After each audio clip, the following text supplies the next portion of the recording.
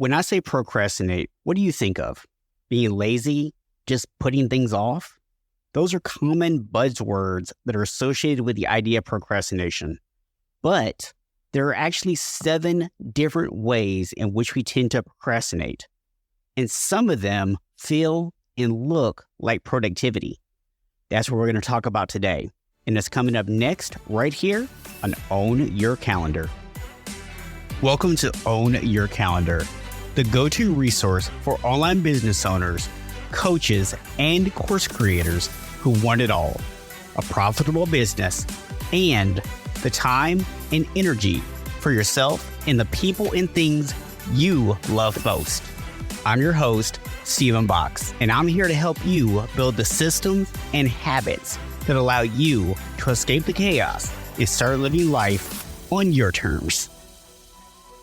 Welcome back to Own Your Calendar, brought to you by Unshakable Habits. I am your host, Stephen Box, and today we are talking about the different ways that we tend to procrastinate. We're actually going to go over 7 very specific ways. Before I jump into that, I do want to address one thing. Regardless of what procrastination method you are using or what kind of procrastinator you are, we all tend to procrastinate for one very simple reason. It is to solve a problem. One of my mentors once told me that all behaviors are really either an attempt to solve a problem or an expression of who we are. And procrastination is, last time I checked, a behavior. So it is solving a problem. So the question is, what problem is procrastination solving for us? And the problem it is solving for us is discomfort. Now, whether that is because the thing that you need to do, you find mind-numbing, boring, maybe something that's really hard for you to do, it's overwhelming, it's literally painful to you to do it. Whatever the reason, there's some discomfort that is there that you are trying to avoid, and procrastination does the job. Now, although procrastination is solving that problem, there's another truth about human beings, and it is that we do not always select the best solution for our problem. As a matter of fact, more often than not, we do not choose the best solution, which explains why we so often turn to procrastination. So while procrastination may help you short-term avoid that, at some point, the discomfort will become so much that it actually becomes easier for you to do the thing you're avoiding than to continue to procrastinate. And that's really where a lot of us find ourselves when it comes to procrastination. We're putting things off until the pain threshold of no longer doing that thing becomes too great, and we have to go ahead and get it done. But as I said, there are actually 7 different types of procrastination that we're going to talk about today. And what I really want to point out here, you might not fully be aware that you're procrastinating with some of these because they look and feel like productivity. Also, just share with you to start here that at some point in my life, I think I've used all 7 of these techniques. So if you find as you're listening that, man, I've done multiple ones of these, I've done all of these, you're not alone. It's not an abnormal thing to have used more than one of these. So just something I wanted to throw out there before we dive into the list. So try to go into this with an open mind and have a little self-compassion with yourself if you hear a lot of familiarity in this list.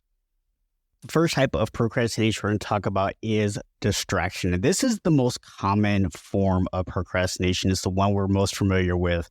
And it's the one that creates that lazy tag. And that's because instead of doing the important work that you need to be doing, you're scrolling social media or watching cat videos on your phone or watching a movie or TV show, and you're just sitting around doing really what we're going to call low effort activities, things that are entertaining or distracting for you. But at the end of the day, that's all they are. They're not actually helping you move towards any of your goals whatsoever. They're not even really there to help you relax, although that might be what you're telling yourself. they're really there to just keep you from getting stuff done.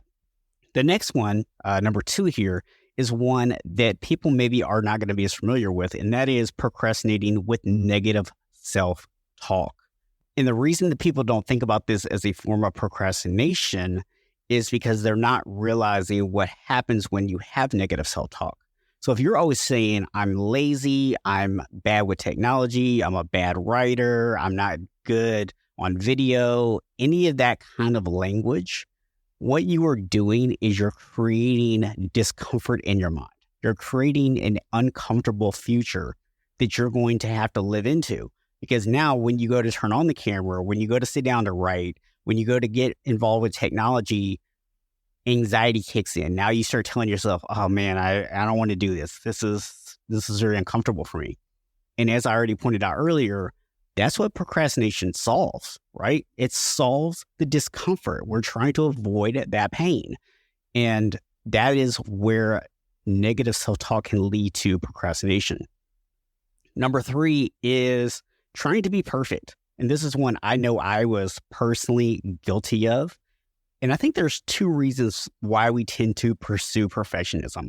So number 1 is a fear of judgment from other people. But there's also a second reason. And this is one I think relates to me personally, is we set such a high standard for ourselves.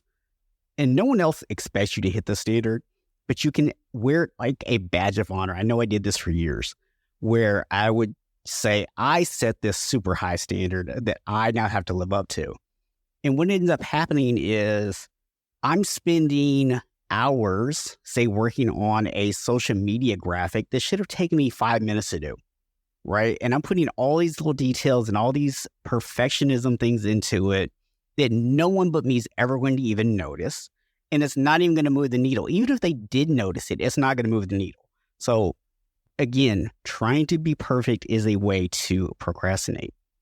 Number 4 is doing busy work. And when we talk about busy work, what we mean is things that feel important. Maybe they even are important, but they're not important towards your main task, and they're not the things you should be focused on right now.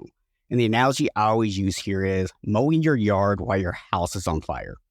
Look, if your grass is tall, it needs to get cut, but maybe not while the house is burning down, right? And this is one that I see a lot, where we start doing things like cleaning our desk or, kind of just straightening things up or whatever.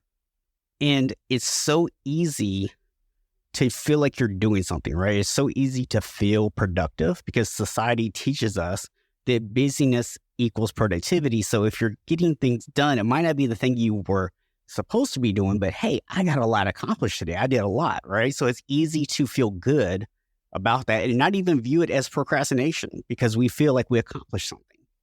Number 5 is over planning or replanning. It's maybe another way to say this, right? Because unlike busy work where you are not focused on your primary task, when it's planning, you are focused on the right task. You're actually paying attention to the right thing.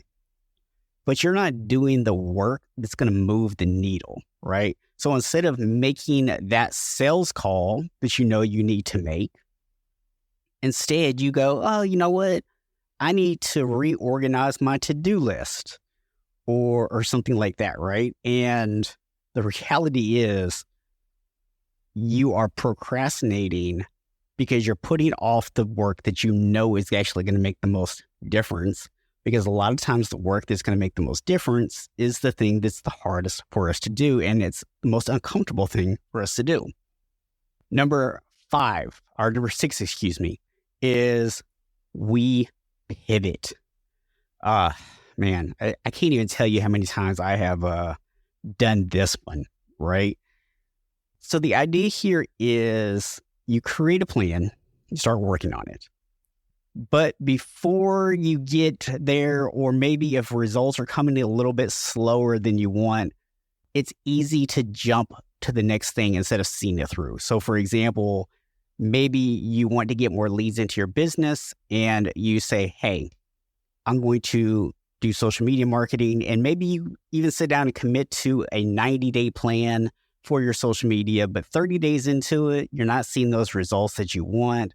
And now you're like, oh, maybe I need to go start a podcast. And then maybe that's not working for you. So now you say, well, I need to update my website. Okay, that's not working for me. Maybe I need to focus on building my email list. That's not working for me. Maybe I need to work on my messaging, right? And you just keep skipping from thing to thing. And it becomes very easy to kind of get caught up on this idea because you feel like, hey, I'm just trying to do the best I can here. I'm trying to find a solution so it doesn't feel like procrastination. And remember, I told you guys earlier, a lot of these, they don't feel like procrastination. And that's why they can kind of sneak up on us a little bit. And then finally, number 7 is we tend to overwhelm ourselves. And I don't want to say that we do this on purpose per se, but we kind of do. Because the thing is, a lot of us, we say yes to so many things. We want to feel important. We want to feel valuable. We have a hard time saying no to people. And we just put too many things on our to-do list to the point that sometimes you just look at it and you lose all motivation. And that is a form of procrastination because, again, that overwhelm that is created by this massive to-do list is discomfort.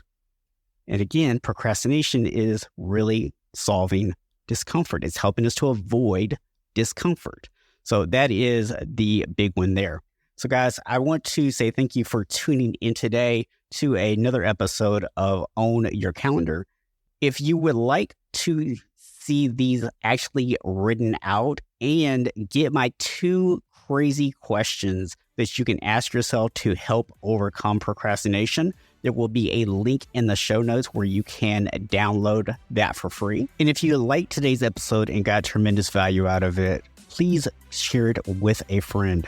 Make sure you also come back and join us on our next episode where we're going to be talking about how do you prioritize your task when everything feels important. Until then, this is Stephen Box reminding you that today is a great day to escape the chaos and start living life on your terms.